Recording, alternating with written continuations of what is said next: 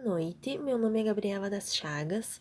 Eu gostaria de apresentar um trabalho da terceira mostra de trabalhos científicos do quarto simpósio de Pensadores da República, do Direito e da Educação. O meu trabalho é um resumo expandido, intitulado Neoliberalismo e Sociedade. Eu produzi ele com a orientação do professor Tiago Brutti. O objetivo da nossa revisão de bibliografia é discutir quais são as estratégias que mantêm a hegemonia da proposta neoliberal no cenário político contemporâneo.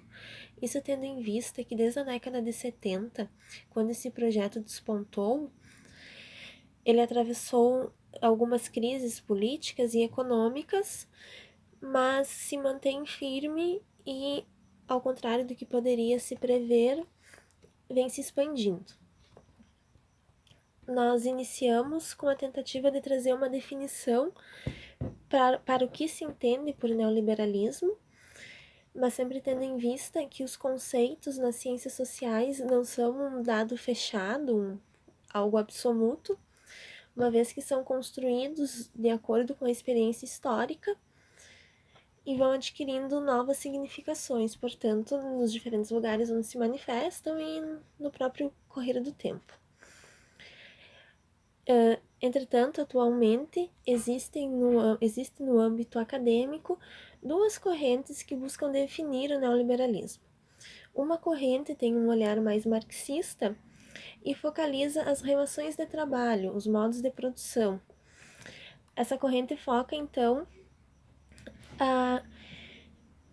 a expoliação dos trabalhadores e a acumulação da capital nas mãos de uma pequena parcela de proprietários. As relações de trabalho, então, é o foco de análise para essa primeira corrente.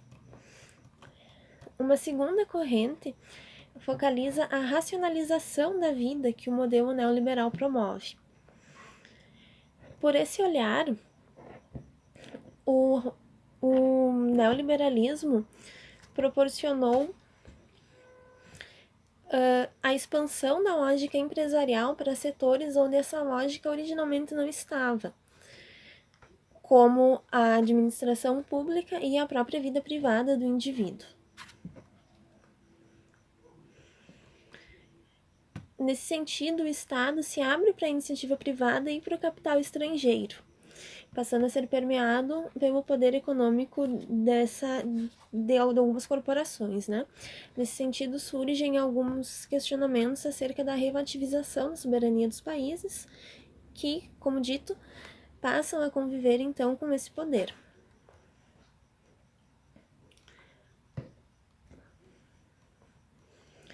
Nesse cenário, o próprio sujeito passa a ser identificado de acordo com as suas capacidades produtivas e de consumo. Ele tem, então, a sua identidade reduzida a essas capacidades de consumo e de produção. É operacionalizada, então, a internalização da lógica de mercado e a consequente adequação da subjetividade individual para essa lógica.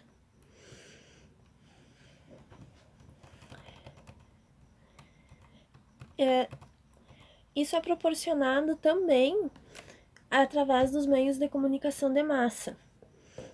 O Bonavides é um dos autores que trabalha com isso. Ele coloca que os canais midiáticos, por vezes, são ancorados na força do capital.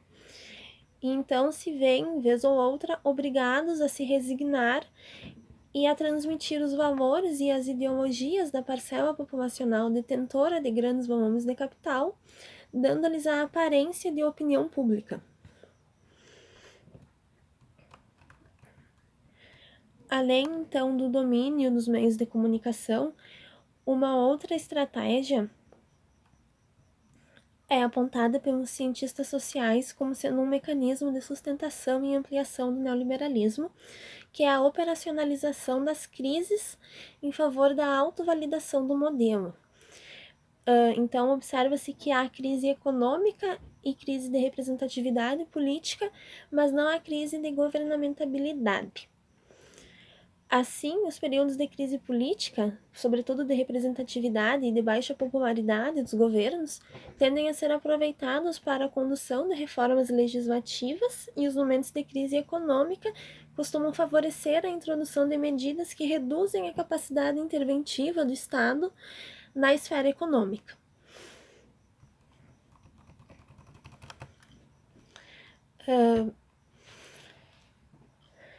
Então, a nossa proposta era avaliar quais são os mecanismos que sustentam o neoliberalismo. Nós identificamos, de acordo com os autores que a gente cita,